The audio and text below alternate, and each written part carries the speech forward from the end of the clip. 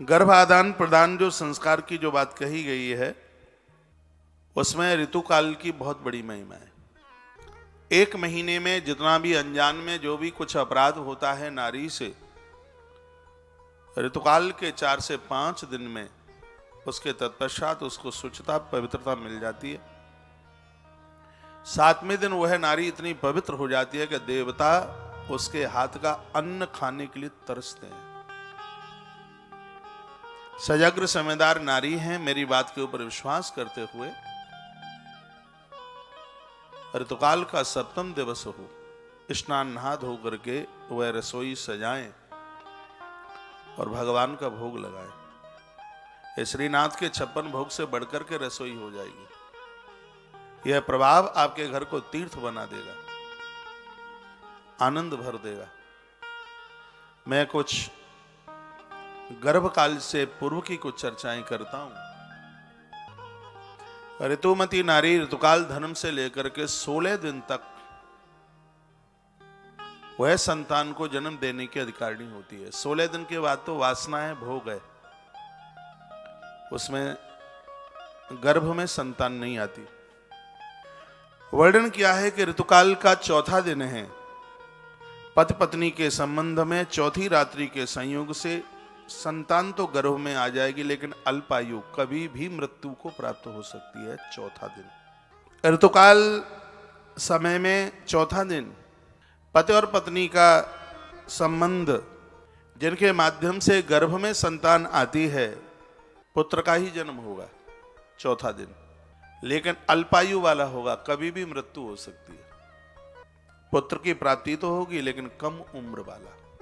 एक एक बात को बहुत बारीकी से सुनना। ये 4था दिन वंश निर्वंश हो जाए। ऋतुकाल के 4थे दिन बच्चों को, संतान को जन्म देने की सोचा भी न जाए, तो 4 दिन ये निकल गए। अब है 5वीं रात्रि। 5वीं रात्रि को पति और पत्नी का जो संबंध है वो बेटी को 100% जन्म देगा। उसमें कन्या का जन्म होगा, पुत्री का जन्म होगा। 6वीं रात्रि ऋतुकाल धर्म से जो 6वां दिन है, पति और पत्नी का संबंध संतान को जन्म देगा, पुत्र का जन्म होगा, लेकिन मध्यम आयु वाला बच्चा होगा, न कम होगी उम्र न ज्यादा होगी। तो संतान को जन्म देने के लिए ऋतुकाल का 6वां दिन भी ठीक नहीं है, बढ़िया नहीं है। उसके बाद में है 7वीं रात्रि। ऋतुकाल की 7वीं रात्रि, इसमें पति पत्नी का संबंध होगा, बेटी गर्भ में आएगी और ऐसे बेटी का जन्म होगा जो जीवन में बांझ रहेगी, उसको कोई भी संतान नहीं होगी। 100% कन्फर्म, बेटी को संतान नहीं होगी। पति और पत्नी का संबंध 7वां दिन ऋतुकाल का 7वीं रात्रि, दोनों के माध्यम से नारी के गर्भ में आने वाली संतान 100% बेटी होगी, और ऐसी बेटी होगी कि जो अपने गर्भ से किसी भी संतान को जन्म नहीं दे पाएगी। तो ऋतुकाल के प्रथम दिन से लेकर के 7वें दिन तक पति और पत्नी का संबंध बिल्कुल भी ही नहीं होना चाहिए। अब रही 8वीं रात्रि। 8वीं रात्रि को पति पत्नी का संबंध गर्भ में पुत्र की स्थापना करता है, गर्भ में पुत्र चल करके आता है, और ऐसा पुत्र जो जीवन में कभी गरीबी को नहीं झेलता, वो संपदा वाला होता है। ऐसे पुत्र का जन्म 8वीं रात्रि को। 9वीं रात्रि। 9वीं रात्रि का पति पत्नी का जो संबंध है, ऋतुकाल का 9वां दिन, 9वीं रात्रि, इनके माध्यम से गर्भ में कन्या चल करके आती है। कुछ बड़ी अद्भुत बातें हैं जहां त्रुटियां और गलतियां होती हैं और उसकी वजह से बहुत कुछ भोगना पड़ता है, बहुत तकलीफ होती है। एक बेटी जन्म लेती है और उसको संतान न हो तो लोग कहते हैं उसका दुर्भाग्य है। चलो ठीक है, उसके पुण्य कम हो सकते हैं, लेकिन इसमें माता पिता की भी एक बहुत बड़ी गलती है।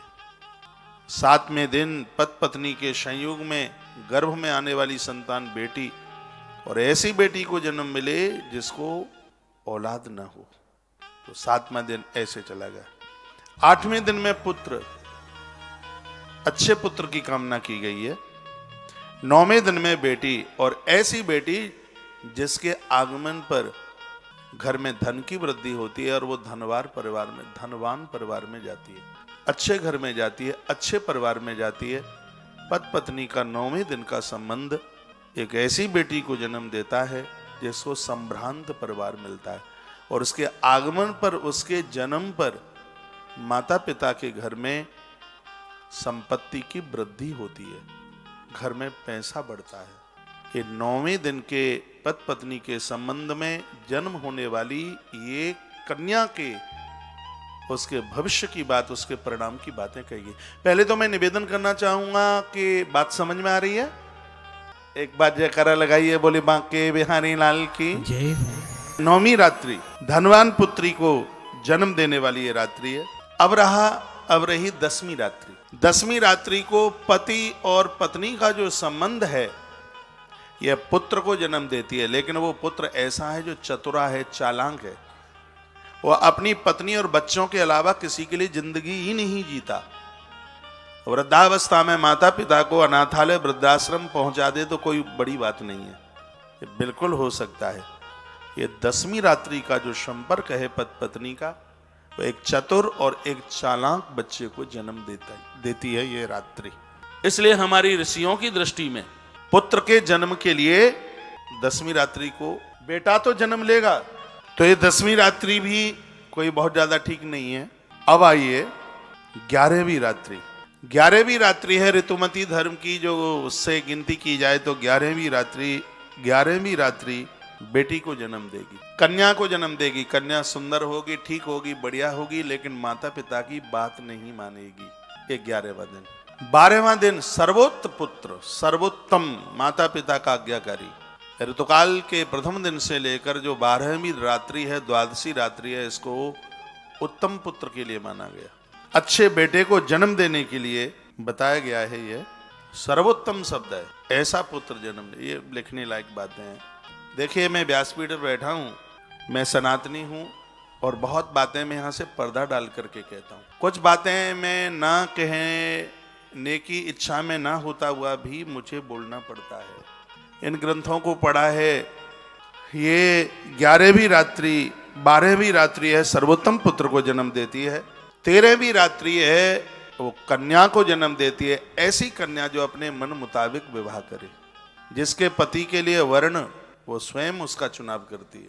ये 13वीं रात्रि है। कन्या को जन्म देने के लिए 13वीं रात्रि ठीक नहीं है, बढ़िया नहीं है, अच्छी नहीं है। 13वीं रात्रि पति पत्नी का संबंध 100% कन्या को जन्म देगा। वो कन्या मन मुताबिक विवाह करेगी, अपनी स्वेच्छा से चलेगी, एक भी बात नहीं मानेगी, ना पति की ना पियर की। ये 13वीं रात्रि। अब है 14वीं रात्रि। 14वीं रात्रि में पति पत्नी का संबंध पुत्र को जन्म देने वाला है 100%, और इसकी प्रभावता यह है कि सर्वगुण संपन्न वह बालक होगा, ईश्वरीय सत्ता में प्रकट होगा। जो एक मानव जाति में पुरुष के अंदर जितने भी गुण होने चाहिए, वह 14वीं रात्रि में माता पिता के संपर्क से मां के गर्भ में आने वाली वह संतान पुत्र के रूप में होगी। एक प्रमाण आता है, कथा आती है। 14वीं रात्रि शकुंतला और राजा दुष्यंत का संबंध, संपर्क, इसने इस धरती पर श्री भरत को जन्म दे दिया। उसके बाद में है 15वीं रात्रि।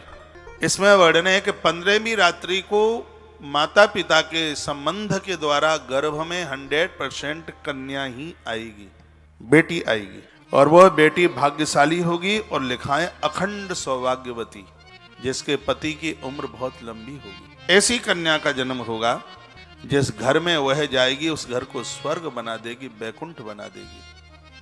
तो पुत्र जन्म के लिए 14वें दिन से बढ़िया रात्रि नहीं है, और बेटी के लिए 15वीं रात्रि से बढ़िया और कोई रात्रि नहीं। कुछ हैं, लेकिन सबसे बढ़िया पुत्र के लिए 14वीं रात्रि और कन्या के लिए 15वीं रात्रि।